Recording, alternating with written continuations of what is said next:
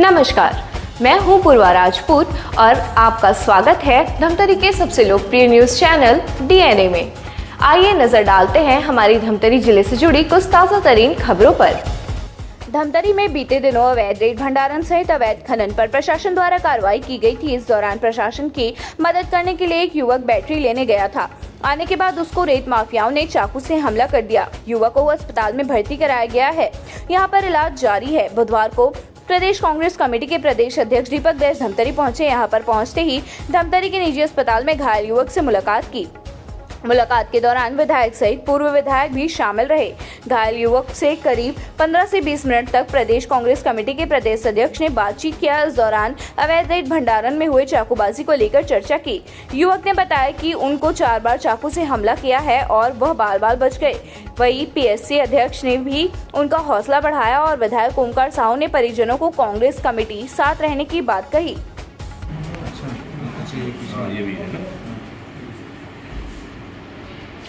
अभी ठीक हो? दर्द है। कितना चाकू मारे? 2, 3, 4 जगह। वाह! आप एटीएम साहब साथ गए थे? एटीएम साहब साथ गए थे आप? हाँ। क्या कर रहे थे? रेत भर रहे थे वो लोग? अच्छा। हाँ, तैयारी कर रहे थे भंडारण। क्या टाइम लगभग? रात को?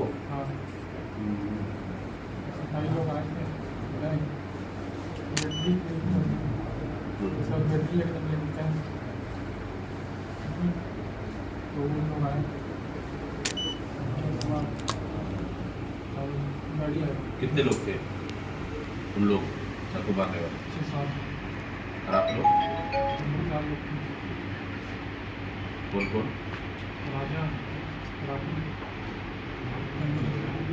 और आप लोग? 4 लोग थे।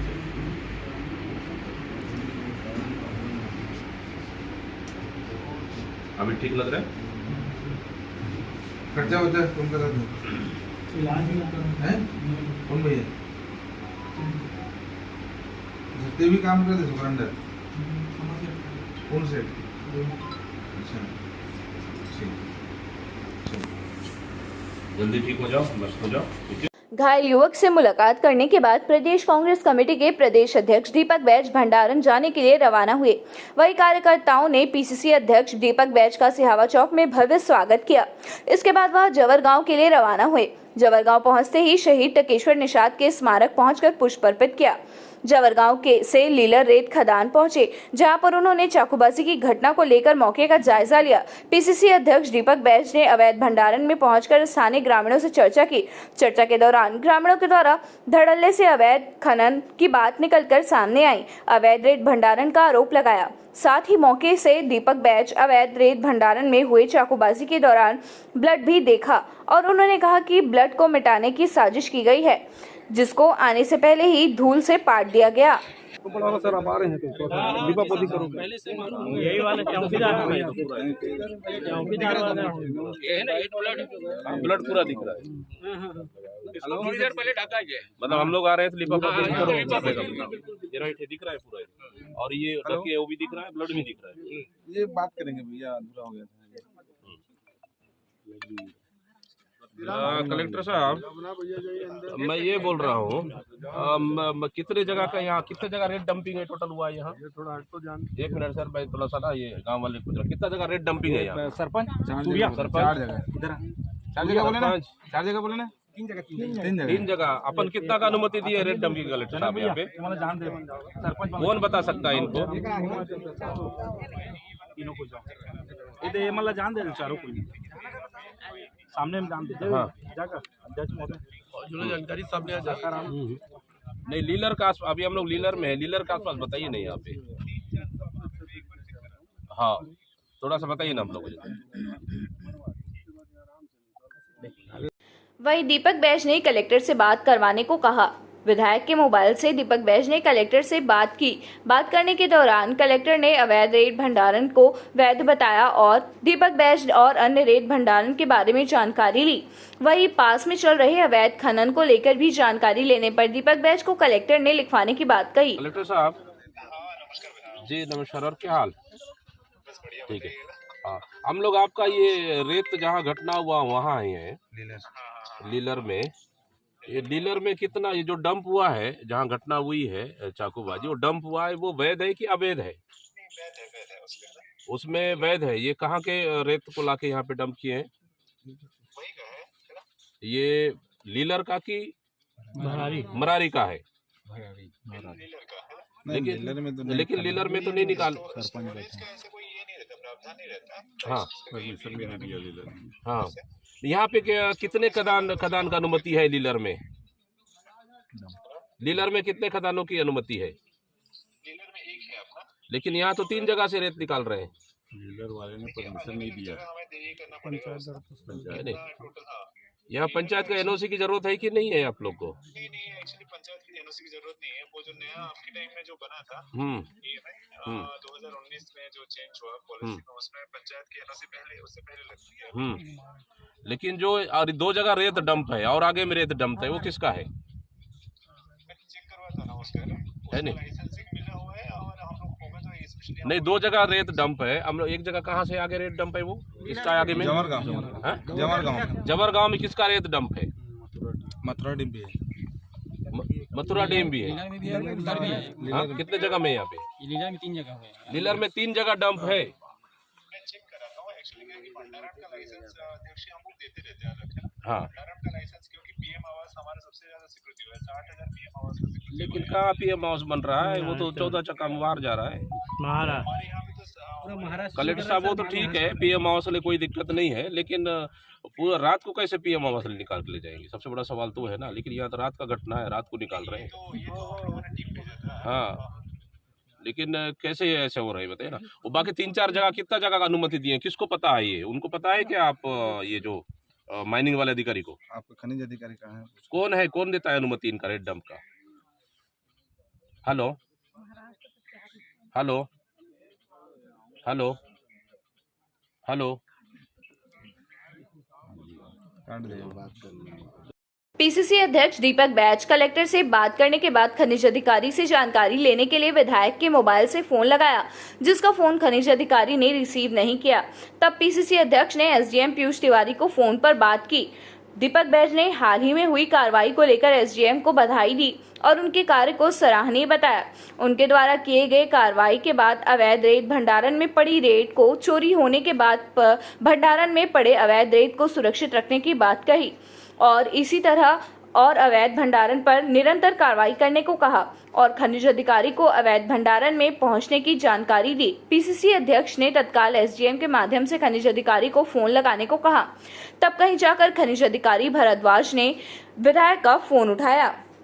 भी अवैध है? उसको बिल्कुल जब्त की गई है सर, उसको और उसके आगे कार्रवाई करेंगे। पंचनामा बना है, लेकिन कैसा जब्त करेंगे? यहाँ तो रात को चोरी करके ले जाएंगे पूरे लोग।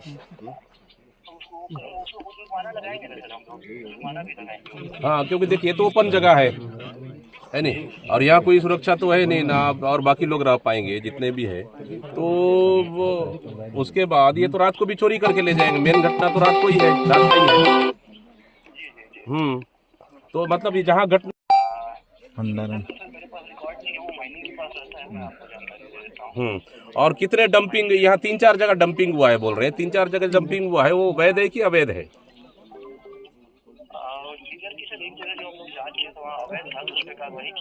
हाँ,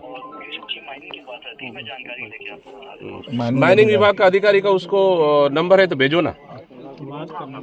हाँ, कहाँ है अभी अधिकारी माइनिंग वाले? हाँ, उसको हम लोग का एमएलए का फोन जा रहा है, उठा नहीं रहे हैं। उनको बोल दीजिए, फोन नहीं उठाएंगे ना वहीं जाके बैठ जाएंगे ऑफिस में। कम से कम फोन तो उठाना चाहिए ना, है नहीं? और आपको धन्यवाद, साहस कम से कम हिम्मत करके कार्रवाई तो किए आप। फोन अधिकारी उनको बोलिए, वो अधिकारी को, माइनिंग वाले को एमएलए का फोन जा रहा है, वो उठा ले, फोन रिसीव कर ले। ठीक। इधर खनिज अधिकारी के साथ फोन पर पीसीसी अध्यक्ष दीपक बैज ने बात किया। खनिज अधिकारी से बात करने के दौरान पीसीसी अध्यक्ष ने अवैध भंडारण की जानकारी ली और उनके द्वारा वैध अवैध के बारे में पूछा। वही फोन पर खनिज अधिकारी ने भंडारण कर रखे रेत को अवैध बताया। इसके बाद तत्काल खनिज अधिकारी को पीसीसी अध्यक्ष ने मौके पर आने को कहा। माइनिंग अधिकारी जी भारद्वाज जी, आपको एमएलए फोन लगा रहे, क्यों फोन रिसीव नहीं कर रहे हो आप? आपको एमएलए कितने बार फोन लगाए, क्यों रिसीव नहीं कर रहे हो फोन आप? नहीं सर, एक जगह थोड़ा सा ठीक है, ये जो रेत खदाने जो आप यहाँ लीलर में है, जो कितने जो डंपिंग जो घटना हुआ था, वो डंपिंग वाला वैध है कि अवैध है? वो लीलर वाला इलीगल था सर। उससे पहले हम लोग और भी वहाँ पे किए थे सर, मशीन वगैरह। हाँ, और रेत वगैरह जब्ती किए थे। ये लगभग 1.5 महीना पहले किए थे। नहीं, मेरा सिंपल सा बात है, जहाँ घटना घटी चाकू मारे वहाँ डंपिंग हुआ है रेत, वो रेत डंपिंग वैध है कि अवैध है? अवैध है सर वो। तो आप क्या कर रहे थे फिर इतना दिन तक? आपको पता नहीं था कि अवैध रूप से डंपिंग हो रहा है? नहीं, कार्रवाई किए थे सर अपन। कब कार्रवाई किए? वहाँ से मशीन भी अपन कब कार्रवाई किए आप? ये लगभग 1.5 महीना पहले किए थे सर। फिर कहाँ से फिर डंप हुआ है रेत? नहीं सर, डंप वगैरह जो किए थे और उसके बाद अभी और कुछ वहाँ पे डंप किए सर, उसको भी जब्ती किए अपन। ये तो पूरा ओपन पड़ा हुआ है, रोज शाम को चोरी कर रहे होंगे यहाँ पे। तो यहाँ क्या जब्ती का क्या यहाँ आप लोग ने क्या व्यवस्थाएं की है? यहाँ और कितने जगह डंपिंग थी? और 3 जगह है, गाँव वाले कहाँ है? कितने जगह और? 1 मिनट, इसको छोड़ के इसी के साथ इसके जगह और 2 जगह डंपिंग है रेत का, वो क्या है उसका? वैध है या अवैध है? नहीं, बरारी की बात नहीं कर रहा हूँ मैं, लीलर की बात कर रहा हूँ। जहाँ खड़े हैं, जहाँ चाकू मारे हैं ना, उसको तो कहा आपने अवैध कहा। उसके अलावा 2 जगह और रेत डंप है, तो वो वैध है कि अवैध है? 2 जगह मतलब एक जगह तो स्वीकृत है सर वहाँ पे लीलर में। हाँ, नहीं डंपिंग को बोल रहा हूँ, डंपिंग जो रेत डंपिंग की है वो। जी, एक जगह स्वीकृत है सर लीलर में।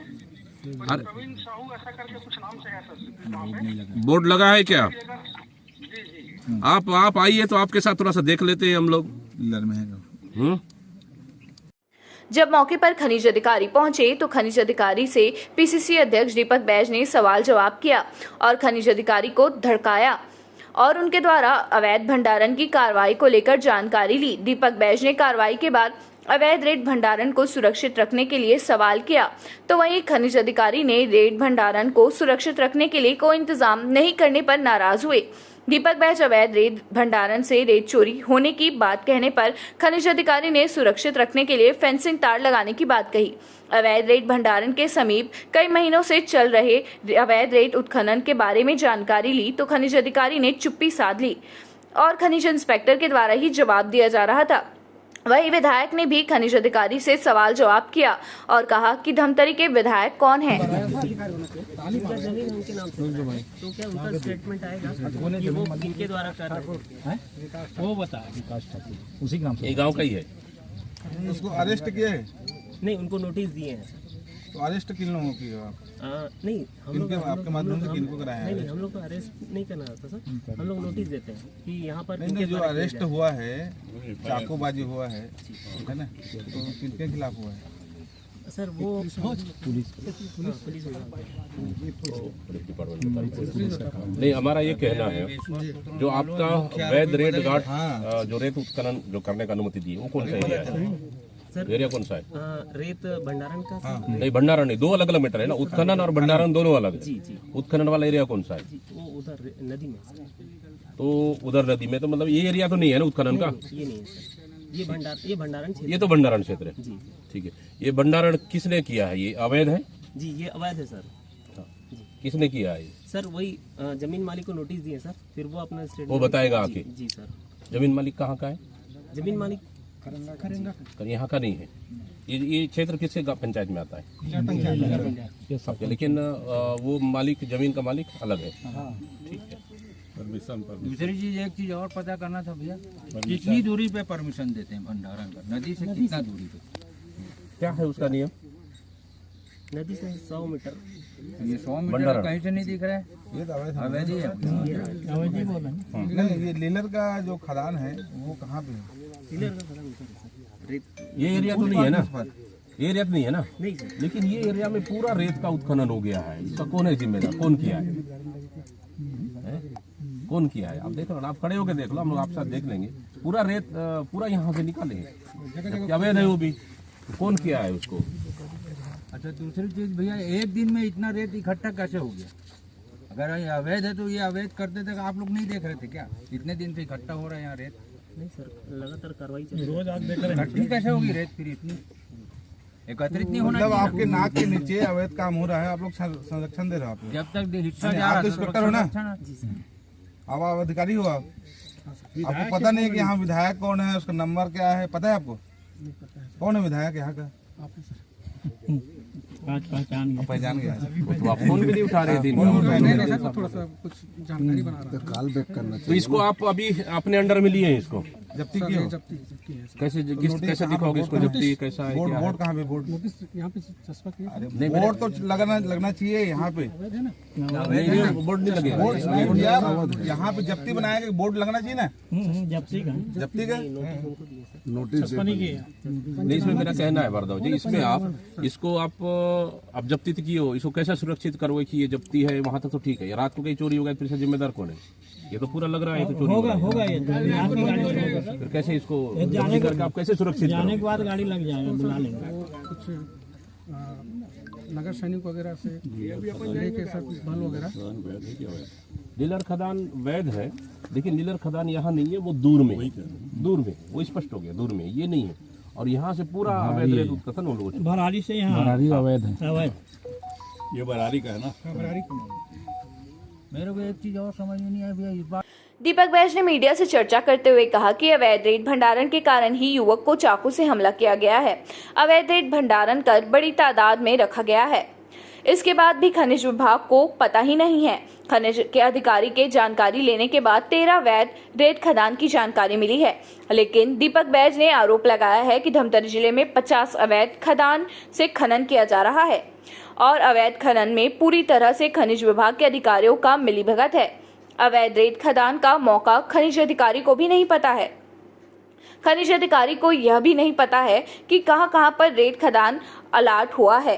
दीपक बैज ने आरोप लगाया कि खनिज अधिकारी के द्वारा जिम्मेदारी से कार्य नहीं किया जा रहा है, जिसके कारण इस तरह से रेत माफियाओं के द्वारा घटनाओं को अंजाम दिया जा रहा है, जिनके हौसले बुलंद हैं। पीसीसी अध्यक्ष दीपक बैज सीधा शासन जिला प्रशासन को जिम्मेदार ठहराया, जिसके कारण रेत का लूट मचा हुआ है। दीपक बैज ने यह भी बताया कि ग्रामीणों से चर्चा करने के बाद उनके द्वारा ऐसी बातें सामने आई जिसमें ग्रामीणों के द्वारा अवैध परिवहन हाईवा को रोक दिया गया था, जिसमें खनिज विभाग को फोन लगाने पर फोन बंद आया। पूरे प्रदेश में रेत का भराशाही का आरोप भी लगाया, जिसके लिए शासन और खनिज अधिकारी जिम्मेदार हैं। आ जाओ, आ गया। इसको मैं लगा नहीं, आ जाओ ना भैया, आ जाओ ना, जगह बनानी पड़ती है कांग्रेस है। इधर आओ ठीक है, जानता हूँ सर आज रेत खदान में पहुंचे हुए सर, क्या स्थिति घटनास्थल पहुंचे हैं? आज हम लोग धमतरी के लीलर रेत खदान में पहुंचे हैं, जहां अवैध रूप से रेत भंडारण हो रहा था, अवैध रूप से रेत खनन हो रहा था। और आप पीछे देखेंगे पूरा रेत का लगभग 400 हाईवा रेत यहाँ पे भंडारण भी है। और इसी की वजह से यहाँ जब एसडीएम यहाँ पे छापामारी की तो रेत माफियाओं ने एक उनके ऑपरेटर को चाकू मार दिया। मतलब इसका मतलब साफ साफ क्लियर है। हम लोगों ने माइनिंग अधिकारी को बुलाए भी थे, बात भी किए कि यहाँ पे अवैध रूप से रेत इतनी मात्रा, इतनी तादाद में भंडारण है और खनिज विभाग को पता भी नहीं है। और वही विवाद तो वही है कि पूरे इस नदी में धमतरी जिले में 13 जगह जो जानकारी हमको मिला कि 13 जगह इन्होंने अनुमति दिया है खनन करने के लिए, लेकिन 13 से अलग मुझे लग रहा है 50 जगह से अधिक अवैध रेत का उत्खनन हो रहा है। और कहीं ना कहीं अवैध रेत उत्खनन में खनिज विभाग के अधिकारियों का पूरी तरह से मिली भगत है। यहाँ खनिज विभाग के अधिकारी है भारद्वाज जी, उनको हम लोगों ने जानने का कोशिश किए कि लीलर का रेत खदान कहाँ पे कौन सा स्पॉट है, उनको स्पॉट तक भी पता नहीं है।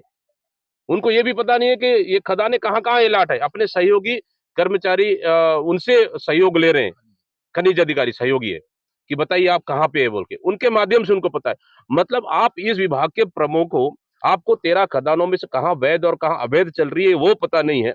इसका मतलब आप जिम्मेदारी से काम नहीं कर रहे हो और कहीं ना कहीं रेत माफियाओं से मिले हुए हो आप, और आप ही जैसे एक गैर जिम्मेदाराना की वजह से इस तरह की घटनाएं घट रही है और रेत माफियाओं का हौसला बुलंद बढ़ा हुआ है। और कहीं न कहीं इसके लिए शासन, प्रशासन और खनिज विभाग जिम्मेदार है और खनिज विभाग के श्रेय पे ही इस तरह की अवैध रेत उत्खनन और रेत का भंडारण हो रहा है। पूरी तरह से खनिज, हमारी रेत खनिज का पूरी तरह से लूट मचा हुआ है। हमारे संबंधित पंचायत ने भी उस चीज को कहा कि पिछले दिनों हम लोग 7 हाईवा को हम लोगों ने रोक के रखा था, जहां उनके पास पिट पास भी नहीं था। लेकिन खनिज विभाग के अधिकारी को फोन लगाया तो वो उनका फोन स्विच ऑफ आता है। मतलब पूरे प्रदेश में भर्राशाही चल रहा है, धमतरी में भर्राशाही चल रहा है, अवैध लूट चल रहा है यहाँ पे, और कहीं न कहीं इसके लिए शासन और खनिज अधिकारी इसके लिए जिम्मेदार है। कांग्रेस के आगे की रणनीति क्या होगी? देखिए, हम लोगों ने कहा है, अभी भी देख रहे हैं आप सामने बहुत से भंडारण, आज भी नदियों के बीच में भंडारण है। हम लोगों ने कहा है उस पर कार्रवाई करिए। मतलब विभाग को पता ही नहीं है रेत कहाँ कहाँ भंडारण हो रहा है। मतलब पूरी तरह से धमतरी जिले में और पूरी छत्तीसगढ़ में फिर से कह रहा हूं, जंगल राज चल रहा है, माफिया राज चल रहा है। यहाँ शासन प्रशासन नाम की चीज नहीं है। निश्चित रूप से आने वाला समय में इस मुद्दे को लेकर हम सड़क से लेकर विधानसभा तक लड़ाई हम लड़ेंगे। भैया फोन में कई अधिकारियों से बातचीत हुई, उनका जवाब संतुष्ट है? बिल्कुल बिल्कुल, मैं तो धन्यवाद देता हूं यहाँ के एसडीएम को। एसडीएम ने हिम्मत कर कार्रवाई की, जो खनिज विभाग को कार्रवाई करना चाहिए एसडीएम ने कार्रवाई की। मैं धन्यवाद के पात्र है एसडीएम कि कम से कम हिम्मत दिखाए, कार्रवाई तो की। और 2 अधिकारी लेकिन कलेक्टर से बात हुआ, कलेक्टर कह रहे हैं कि ये भंडारण अवैध है। वैध है। हाँ वैध, कलेक्टर बोल रहे हैं वैध, एसडीएम और खनिज अधिकारी बोल रहे अवैध। आखिर सच्चाई क्या है इसमें? जब स्पॉट में खनिज अधिकारी के, इसलिए हम लोगों ने बुलाए कि आप हमें स्पष्ट बता दीजिए कि वैध या अवैध। तो खनिज अधिकारी ने स्पष्ट कहा कि अवैध है। अवैध तो है, लेकिन यहाँ पे क्या कोई बोर्ड लगा हुआ है क्या जब्ती का? इसको खनिज अधिकारी कहना है कि इसको जब्ती हम किए। आपको लगता है कि ये जब्ती किए? ये तो रात को पूरा माल पूरे रातों रात सब चोरी हो जाएगी। तो इसके लिए आप जब्ती किए हो, इसके लिए जब्ती इसको सुरक्षित करने के लिए क्या किए आप? ना कोई फेंसिंग है, ना कोई या प्रतिबंधित क्षेत्र या कोई जब्ती के, ना कोई बोर्ड लगा हुआ है, ना कोई यहाँ पे देख रेख के लिए कोई चौकीदार है। फिर मतलब जब्ती कर, फॉर्मेलिटी जब्ती कर दिया और उसको भी चोरी करने के लिए पूरी तरह से खुला छोड़ दिया गया। खनिज अधिकारी के खिलाफ कार्रवाई की मांग करेंगे सर? इस तरह के खनिज अधिकारी अगर गैर जिम्मेदाराना है तो निश्चित रूप से शासन प्रशासन को ऐसे अधिकारियों पर कार्रवाई करनी चाहिए, ताकि भविष्य में इस तरह की अवैध रेत उत्खनन पर लगाम लग सके। ये कार्रवाई बहुत जरूरी है। घटना हुई है उसमें ना मुख्य आरोपी को पुलिस बदल दी है सरकार। देखिए, स्पष्ट रूप से जो घायल है उन्होंने भी कहा अंकुर अग्रवाल यहाँ पे रहे, लेकिन अगर पुलिस अगर उनको बचाने का प्रयास कर रही है तो निश्चित रूप से गलत है, और कहीं ना कहीं पुलिस प्रशासन भी मिली हुई है। अगर उनके थाने से फरार हो जाता है, मतलब इसका मतलब क्या है? इसका मतलब क्या है थाने से फरार होना? मतलब पूरी तरह से पुलिस, खनिज विभाग और पुलिस रेत माफियाओं के साथ मिले हुए हैं, और कहीं ना कहीं ऐसे पुलिस अधिकारी को तो तत्काल कार्रवाई करनी चाहिए। ये केंद्र शासित प्रदेश हो गया है, छत्तीसगढ़ में सरकार। इधर खनिज अधिकारी ने मीडिया से चर्चा के दौरान कहा कि वह लगातार अवैध रेत उत्खनन और भंडारण पर कार्रवाई कर रहे हैं, जिसके लिए अलग अलग टीम बनाई गई है और निरंतर कार्रवाई जारी रहेगी। जिले में कितने अवैध क्योंकि जिले में 13 रेत घाट जो है वो सैंक्शन है, जो नियमानुसार पर्यावरण अनुमति के अनुरूप जो है वो चल रही है। इसके अलावा भी 5 रेत घाट का जो है वो पर्यावरण विभाग को गया हुआ है, अभी प्रक्रियागत है। तो जैसे आएगा हम रेत घाट उसका भी जो है नया घोषित कर देंगे। उसके अलावा जिले अंतर्गत 5 से 10 जो है और रेत घाटों का हम जो है चिन्हांकन कर रहे हैं, जिसमें मतलब आम लोगों को जो है आसानी से जो है रेत की उपलब्धता हो जाएगी और शॉर्टेज नहीं होगी। लगातार जो जिले में अवैध रेत खदान और मुरुम की जो है एक बाढ़ सी आ गई, इस पर किस तरह की कार्रवाई की जा रही है? देखिए, इसमें जो अवैध उत्खनन, अवैध परिवहन, अवैध भंडारण वगैरह की जो शिकायतें आती है उसमें विभाग द्वारा जो है कलेक्टर महोदय के निर्देश में कार्रवाई की जाती है।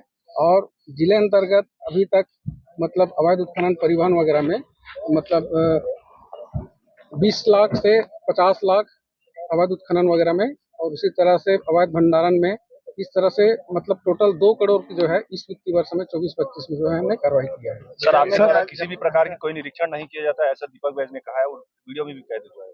नहीं, देखिए, निरीक्षण तो किया जाता है और हमारे साथ जो है वो असिस्टेंट माइनिंग ऑफिसर है, जो अमले हैं, माइनिंग इंस्पेक्टर है, उसका टीम बनाया गया है। टीम में अलग अलग स्थलों पे अलग अलग समय में जो है निरंतर जो है वो भ्रमण की जाती है।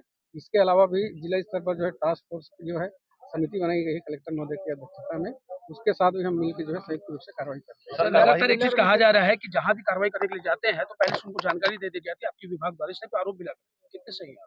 ये आरोप मतलब सही नहीं है।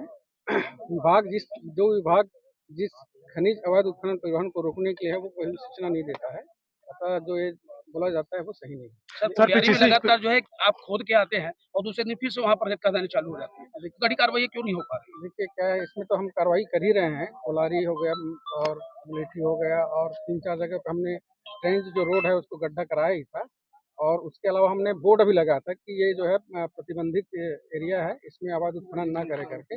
और चूंकि हमने अवैध उत्खनन रोकने के लिए, जैसे मैंने आपको पहले भी बताया कि उसमें हमने चिन्हांकन करके जो भेजा है रेत घाट के लिए, उसमें उन तीनों कोलियारी का, मिट्टी वगैरह का, ये सब का नाम उसमें ऑलरेडी है।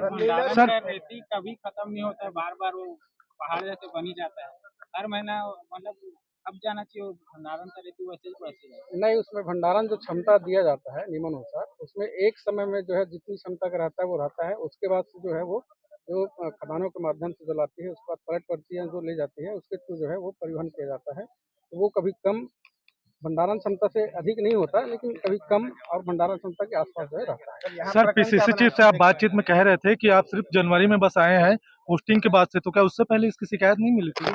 नहीं, देखिए, शिकायतें तो मिलती रहती है, तो अमले हैं हमारे, अमले को भी भेजते हैं, मैं खुद जाता हूँ। और क्या बोलते हैं, क्योंकि विभाग में अमले की भी कमी है, हमने शासन स्तर पर इसके लिए मांग भी किया है, और अमले की कमी को देखते हुए हमने नगर सैनिक भी रखे हैं ताकि रात में दिन में जो है भ्रमण कर सकें। अभी हाल में जो कार्रवाई हुई एसडीएम के लीड में हुई, तो क्या आपको जानकारी नहीं था इस पूरे मसले की? नहीं, ऐसा नहीं है। इसमें जो है मतलब जो कलेक्टर महोदय का जो आदेश था उसमें संयुक्त रूप से हमने जांच किया है, जिसमें राजस्व, पुलिस, माइनिंग सभी विभाग थे, तो इस तरह से जो है वो मतलब कार्रवाई किया गया है। जिले से लगे अन्य जिलों में करोड़ों रुपए की रेत पकड़ाई जा रही है, बड़ी कार्रवाई भी हो रही है। धमतरी जिले की महानदी की उद्गम है, क्या कार्रवाई को शुरू नहीं?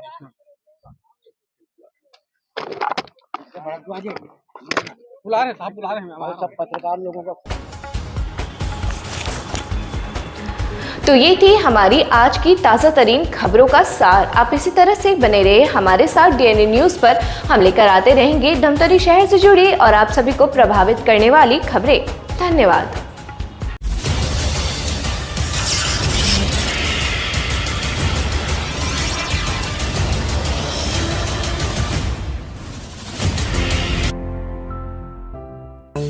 DNI न्यूज, धमतरी का नंबर 1 न्यूज चैनल। अब देखिए HD में,